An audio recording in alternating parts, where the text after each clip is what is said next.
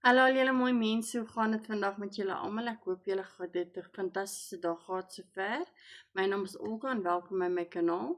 Vandag is dit al die 1 Februarie julle mensie, so die tyd vlieg. So kom ons sien wat sê die boekie vir die maand van Februarie vir ons.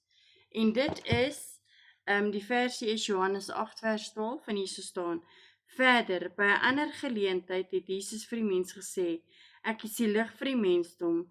Wie my aanhou volg sal nooit in die duisternis leef nie, maar sal die lig hê wat lewe gee.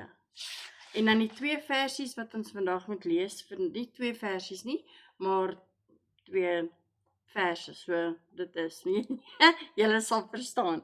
So die eerste een is Genesis 28 vers 11 tot 16, Genesis 28 vers 11 tot 16, dan die tweede ene is Romeine 8 vers 39, Romeine 8 vers 39.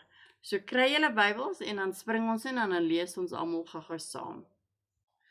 Reg so in Genesis 28 vers 11 staan daar: Teen sononder het hy by 'n plek gekom waar hy kon oornag. Hy het daar 'n klip vir 'n kopkussing gebruik en gaan lê en slaap. Hy het gedroom 'n leer staan op die aarde en die punt van die leer raak aan die hemel. En engele van God klim op en af met die leer. Toe kom staan die Here by Jakob en sê: Ek is die Heer, die God van jou voorvader Abraham, die God van Isak. Ek sal die grond waarop jy lê vir jou en jou nageslag gee. Hulle sal so baie wees soos die stof van die aarde en jy sal jou gebied na elke kante toe uitrei. En in jou en jou nageslag sal al die volke van die aarde geseën wees. Ek is by jou en ek sal jou beskerm waar jy ook al gaan. Ek sal jou na hierdie land toe terugbring. Ek sal jou nie in die steek laat nie. Ek sal doen wat ek jou beloof het. So kom ons lees wat sê Romeine 8 vers 39 en dit sê: Op hoogte of diepte of enigiets anders in die skepping kan ons van die liefde van God skei nie. Die liefde wat daar is in Jesus Christus ons Here. Dis wat die Bybel vir ons sê vandag, so kom ons lees wat in die boekie staan. Daar staan: Altyd teenwoordige God, laat skyn asseblief die lig van u teenwoordigheid op alles wat ek ervaar. Dit stel my in staat om dinge uit u oogpunt te sien.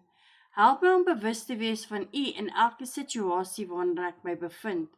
Die verhaal van die patriarg Jakob wat vir sy woedende broer gevlug het, is vir my baie bemoedigend.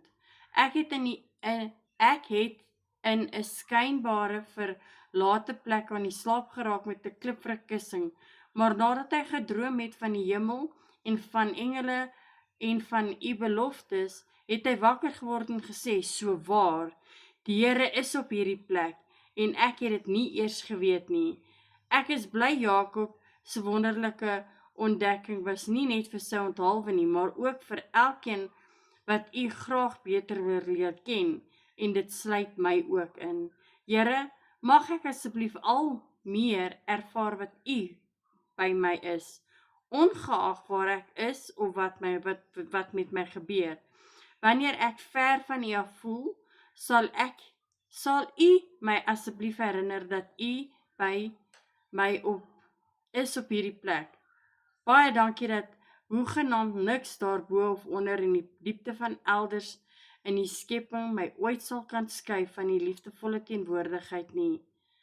In die luisterrekkende naam Jesus, amen. Weereens wil ek vir elkeen van julle sê baie dankie dat julle my elke dag by join om Bybel te lees. Ek waardeer elkeen van julle. Onthou net asseblief julle thumbs up en stuur dit uit aan al julle mense sodat julle my kan help my kanaal groei. Ek sal dit regtig waardeer. Maar onthou net julle, almal in die lewe het 'n bietjie liefde en Jesus nodig. Sien julle almal weer môre. Bye.